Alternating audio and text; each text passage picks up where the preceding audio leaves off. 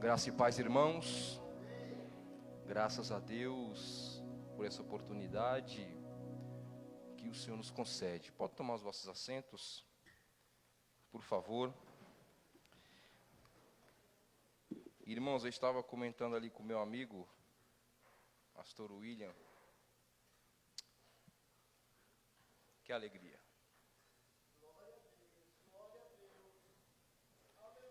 Que alegria. Eu disse a ele, aqui é o lugar onde eu carrego a bateria. Irmãos, eu fico feliz quando as coisas que são feitas para Deus são feitas com excelência. E vocês são exemplo disso. Alguns amigos meus, às vezes eu conheço e vocês são bem citados, viu? E glória a Deus por isso. Essa banda aqui, irmãos, dispensa comentários. Olha que bênção. Todos vocês, cada componente. Essa é a função de quem louva a Deus, de levar a igreja à adoração ao Senhor. Esse é o verdadeiro louvor a Deus. Então, eu fico mais do que lisonjeado por estar aqui essa noite, juntamente com a minha família. Que bênção. Deus continue abençoando a sua vida, meu amigo. Pastor William, irmã Karina, Deus abençoe. Xará da minha esposa, viu, irmãos? Deus abençoe, pastora Benê, sempre um prazer estar aqui com a senhora. Deus abençoe a cada obreiro. Pastor Nestor, que eu tenho um carinho especial, o senhor sabe disso. Cada um, irmãos. Olha que bênção, irmãos. A presença de Deus neste lugar é notória. Deus está conosco esta noite. Irmãos, Deus colocou uma palavra ao meu coração e eu quero compartilhar com vocês esta noite, tendo em vista que hoje é um culto de Santa Ceia. Por favor, abra a sua Bíblia no Evangelho de Jesus Cristo, segundo escreveu Lucas, capítulo 22, versículos 19 e 20.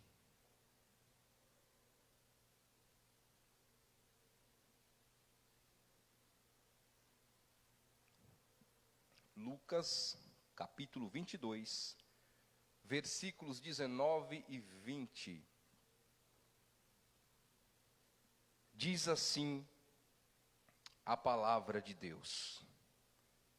E tomando o pão e havendo dado graças, partiu e deu-lhe, dizendo: isto é o meu corpo que é partido por vós. Fazei isto em memória de mim. Semelhantemente, tomou o cálice depois da ceia, dizendo: este cálice é o novo testamento no meu sangue, que é derramado por vós. Repitam comigo assim: fazei memória de mim. Irmãos, num culto tão especial como esse, aonde nós cumprimos uma das ordenanças para a igreja, que é a instituição da Santa Ceia, é o momento de reflexão, de nos examinarmos por dentro.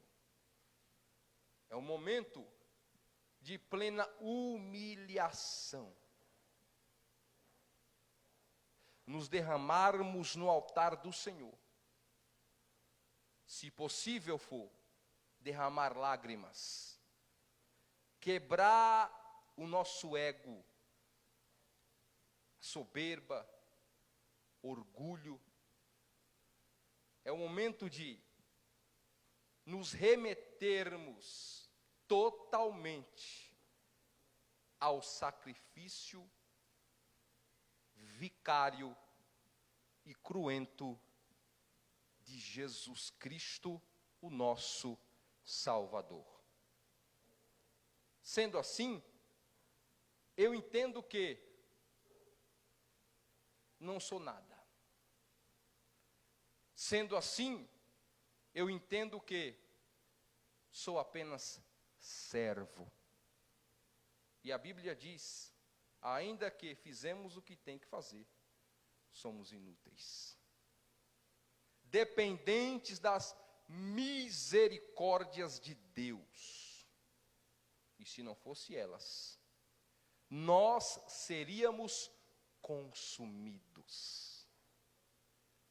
E se aqui estamos reunidos para juntos participarmos da ceia do Senhor, é porque Ele nos amou primeiro.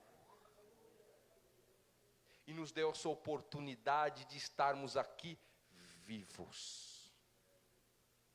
Somos pecadores. Ai daquele que, às vezes, de maneira emocionada ou orgulhosa, pensa que é alguma coisa. No que diz respeito a servir a Deus.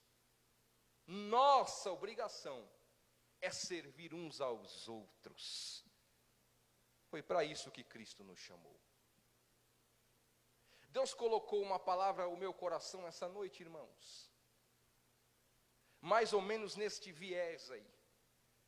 De mostrar a nossa decadência e total dependência de Deus.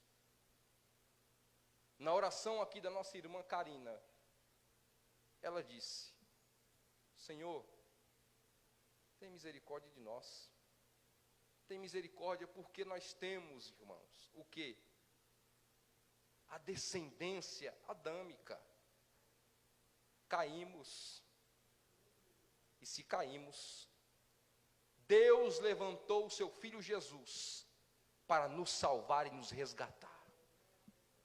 Lá no Gênesis, irmãos, quando Deus cria o homem e a mulher, a Bíblia diz que Deus colocou no meio do jardim, lá no meio, duas árvores. A árvore da ciência do bem e do mal e a árvore da vida.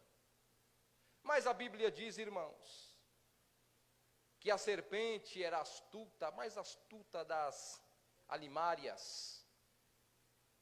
E ela foi ter um diálogo com a Eva. E nesse diálogo, ela enganou e ludibriou Eva. E resumidamente, Eva comeu do fruto. E não só comeu do fruto que Deus havia dito: não comam. Porque no dia que vocês comerem, certamente vocês morrerão. Mas Satanás, ele é especialista em enganar. E disse: olha, se você comer, você não vai morrer não. Você vai ser igual a ele. Ela comeu, deu ao seu esposo. E depois que eles haviam comido a árvore, o fruto da árvore, melhor dizendo, da ciência do bem e do mal, eles viram que eles estavam o quê? Nus. Não, essa igreja aqui é uma benção. E eles fizeram o quê, irmãos?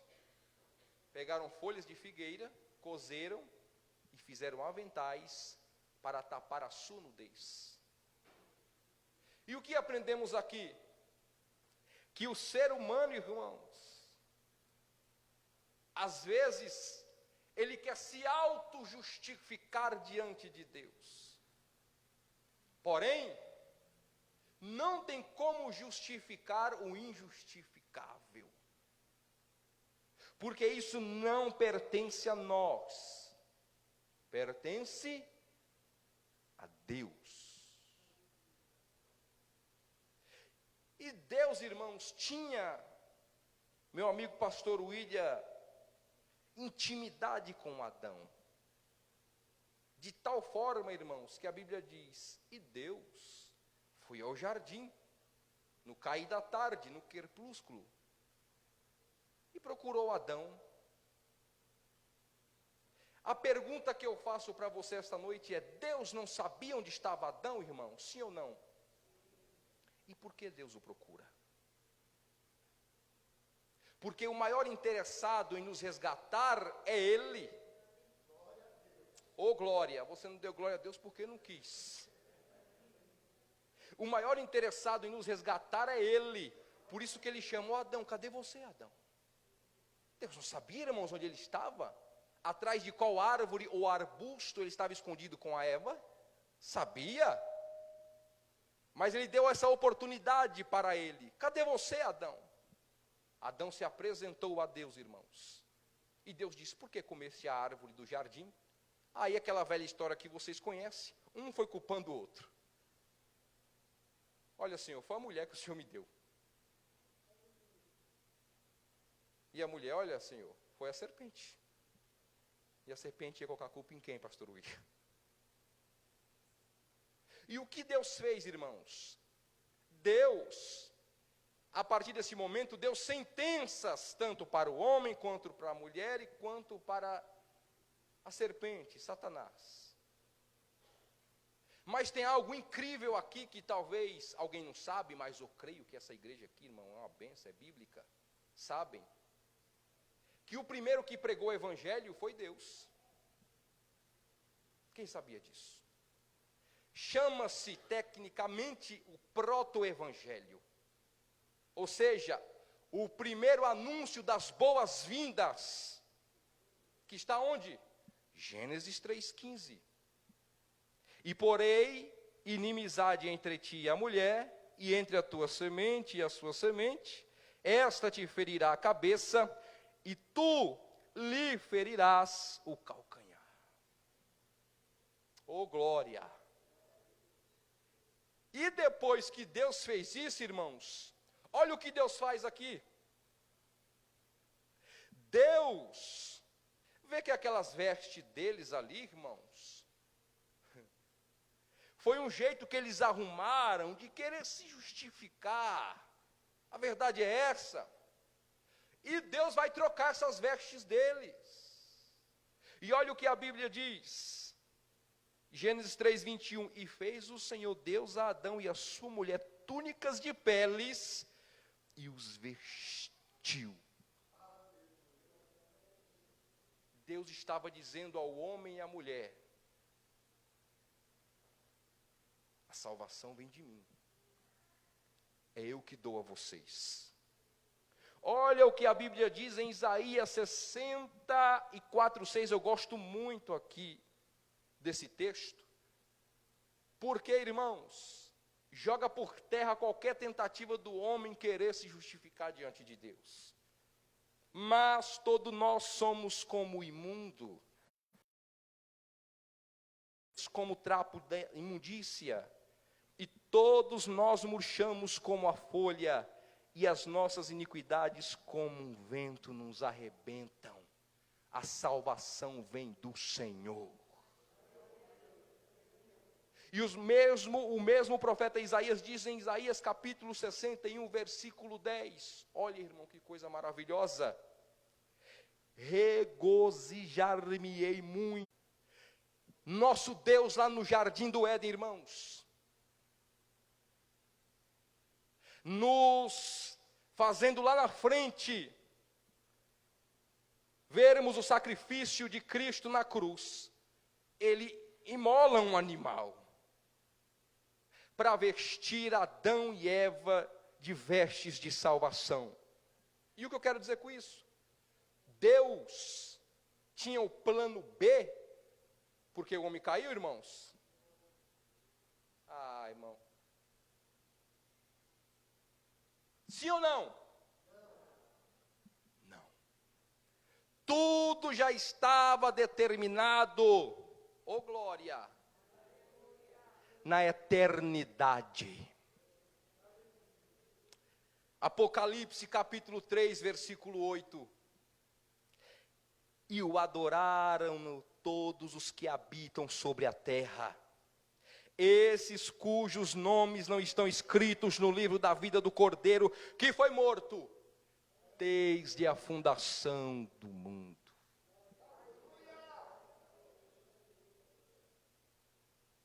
Deus não tem um plano B.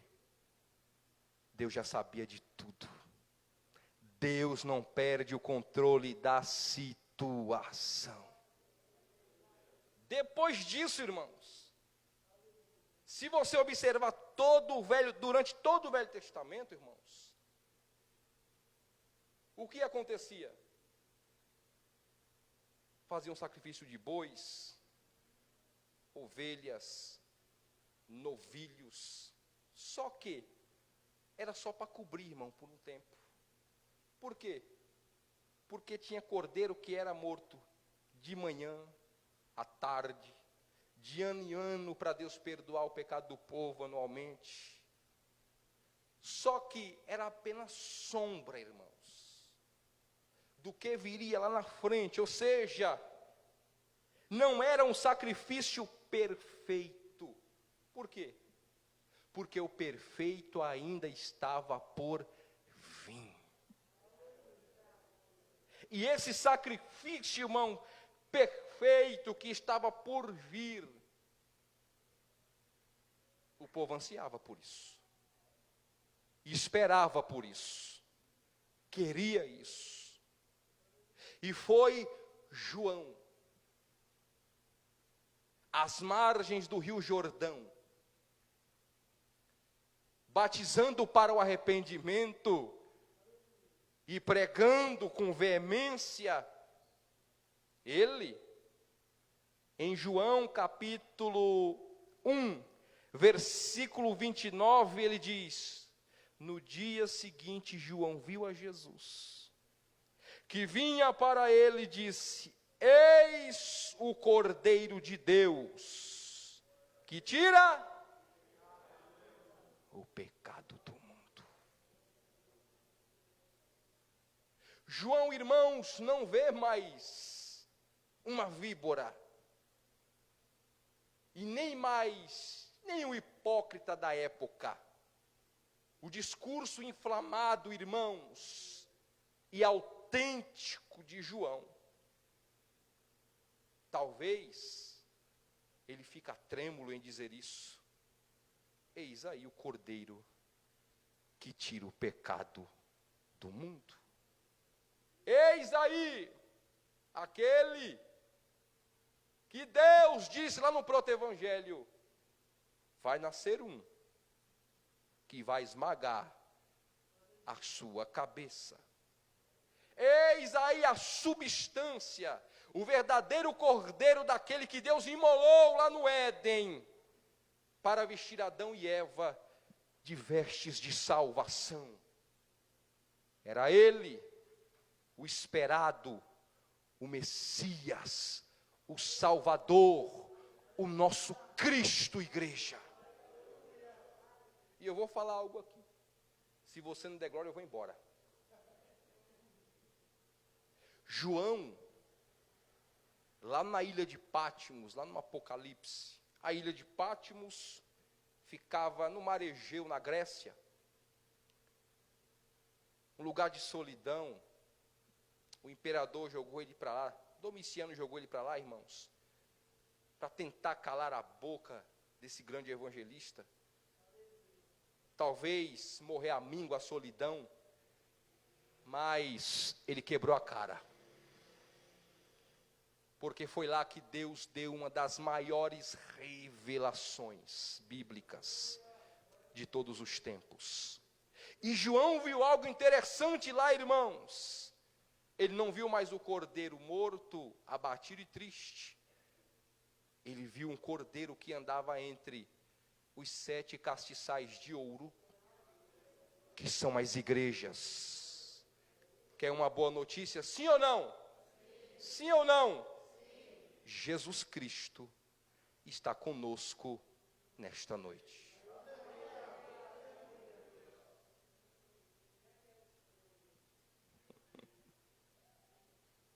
Ele, sendo o Cordeiro de Deus, ele era perfeito, irmãos. Não pecou. E olha o que o autor aos Hebreus, no capítulo 10, versículo 4, diz: porque é impossível que o sangue dos touros e dos bodes tire os pecados. Porque só cobria, irmãos, não tirava. Mas o verdadeiro Cordeiro de Deus, se manifestou para um sacrifício perfeito e único. Único, perfeito e único. Agora, irmãos, esse nosso Salvador, aquele que nos dá a oportunidade de sermos livres da perdição eterna e da morte eterna, está junto com os discípulos na noite que foi traído, justamente fazendo memória do êxodo da Páscoa, lá em Êxodo capítulo 12, ele está fazendo memória daquele cordeiro, irmão, o cordeiro eficaz, santo, o verdadeiro, está fazendo, irmãos, memória de um cordeiro passageiro. E justamente aqui, irmãos, na Páscoa, porque os irmãos sabem que Israel tinha 3 festas principais, que era a festa da Páscoa, das semanas ou colheita, que é Pentecostes, e dos tabernáculos. Mas a principal era essa, era a Páscoa. E eles estavam reunidos. E reunidos ali, eles vão lembrar, fazer memória do quê? Do grande livramento que Deus deu aos israelitas, quando ainda escravos no Egito. E qual era a ordem de Deus em Êxodo capítulo 12? Moisés, fala para o povo, pegar um cordeiro, de mais ou menos 1 ano, sem mancha, sem mácula, coloque ele lá durante 14 dias, veja, para cada família um cordeiro, se for pequenininha a família, junte as 2 famílias e coma desse cordeiro. E Deus deu as instruções de como teria que comer esse cordeiro, mas ele diz algo interessante, pegue o sangue desse cordeiro, passe nos umbrais, nas vergas das portas, porque à meia-noite eu passarei na terra do Egito, e aonde houver o sangue, eu passarei por cima. E aonde não tivesse o sangue, haveria morte. Por isso, o significado de Páscoa, ou Pessac, é passar por cima. Oh glória! E é nessa ocasião que Jesus disse, olha, agora é diferente o negócio. Agora vocês têm que fazer memória de mim. Irmão, você não deu glória a Deus porque você está com sono. Até aqui vocês faziam memória de um cordeiro passageiro. Até aqui vocês faziam memória da sombra. Mas eu sou o cordeiro que tira o pecado do mundo. A partir de hoje vocês farão memória de mim. Aleluia!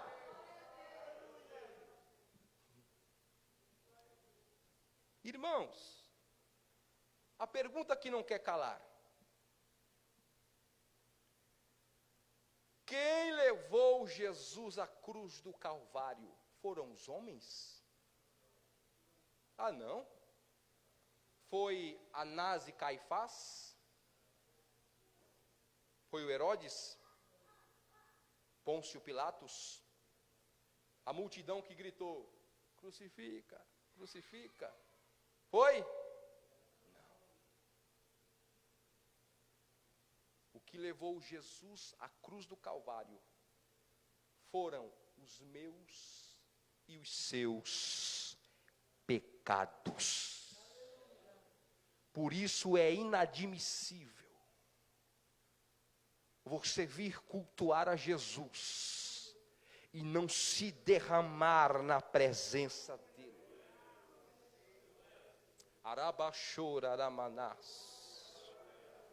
De forma de gratidão, porque você não merecia, eu não merecia, nós merecíamos a morte, Nós merecíamos o inferno, mas Ele nos deu a oportunidade de desfrutarmos a vida eterna.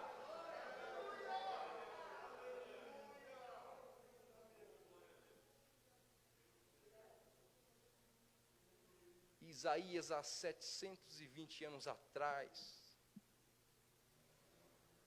desse texto, irmãos, ele meio que monta um arquétipo mental do que seria o sacrifício de Jesus na cruz. Ele pinta um quadro. Isaías 53. Vocês sabiam que Isaías é considerado um evangelista do Velho Testamento? Justamente por causa do teor das suas mensagens a respeito da vinda do Messias. E olha o que Isaías capítulo 53, versículo 10 e 11 diz: todavia o Senhor agradou moê-lo, fazendo-o enfermar. Quando a sua alma se puser por expiação do pecado, verá a sua posteridade, prolongará os seus dias, e o bom prazer do Senhor prosperará na sua mão. Ele verá o fruto do trabalho da sua alma, e ficará satisfeito com o seu conhecimento, meu servo justo. Não vou concluir aqui não. Agora vai vir glória. Justificará muitos, porque as iniquidades deles levará sobre si.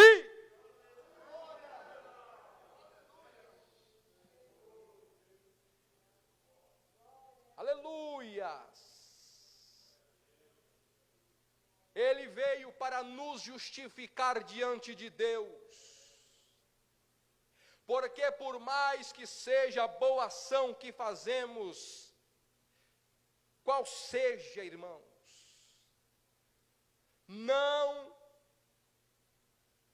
nos dará o direito de nos justificarmos perante Deus. E já vimos aqui no livro de Isaías que tudo isso são trapos de imundícia perante Deus. Quem levou Jesus na cruz não foram os homens, nem o sinédrio, nem a multidão. Foi o meu e o seu pecado. Tanto é que a Bíblia diz, o texto áureo da Bíblia, irmãos, João capítulo 3, versículo 16. E Deus amou o mundo de tal maneira que deu seu Filho unigênito, para que todo aquele que nele crê não pereça, mas tenha vida eterna. Quem está feliz com essa passagem bíblica aqui essa noite, dê ao menos um glória a Deus. Ele deu o seu único filho. O amor de Deus foi tão grande que Ele doou o seu Filho para ser entregue na cruz do Calvário. Como o nosso amado pastor William disse aqui, Ele que entregou o seu Espírito. Oh glória! E Ele fez tudo isso, irmãos, só por um motivo. Para que nós fôssemos justificados diante de Deus. Romanos 6, 23, que você conhece, diz assim: porque o salário do pecado é a morte, mas o dom gratuito de Deus é a vida eterna, por Cristo Jesus nosso Senhor. Nós merecíamos a morte, mas Deus de graça, pela graça, nos dá a oportunidade de desfrutarmos dessa tão grande salvação. Gálatas capítulo 2, versículo 16.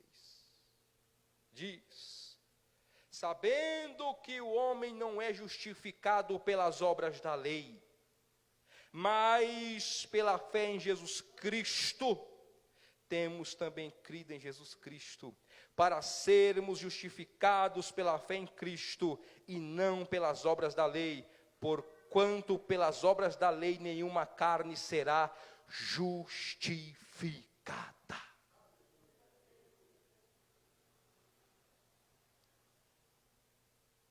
Quando Deus vê seu filho na cruz, ensanguentado, com o rosto, a face inchada dos espinhos da coroa, todo com o corpo rasgado, dilacerado pelo azorrague romano. Meu Deus. Ele vê ali o cumprimento da justiça. Ele vê o Cristo, irmãos, levando o meu e o seu pecado diante de Deus. E é onde se completa o amor do Senhor, irmãos. Depois que Jesus disse assim: olha, fazei memória de mim. Ele foi traído. Ele foi ao Getsemane orar a Deus, aflito, angustiado como 100% homem. Ele se destaca em um lugar ali no monte. A Bíblia diz que em dado momento ele soa sangue com gotas de água, porque a adrenalina subiu muito. Os vasos capilares em toda a pele se rompem. E gotas de sangue se misturam com gotas de suor, de tão grande que era a aflição dele. Mas ele diz assim: Pai, se for possível, afasta de mim esse cálice. Mas, todavia, seja feita a tua vontade.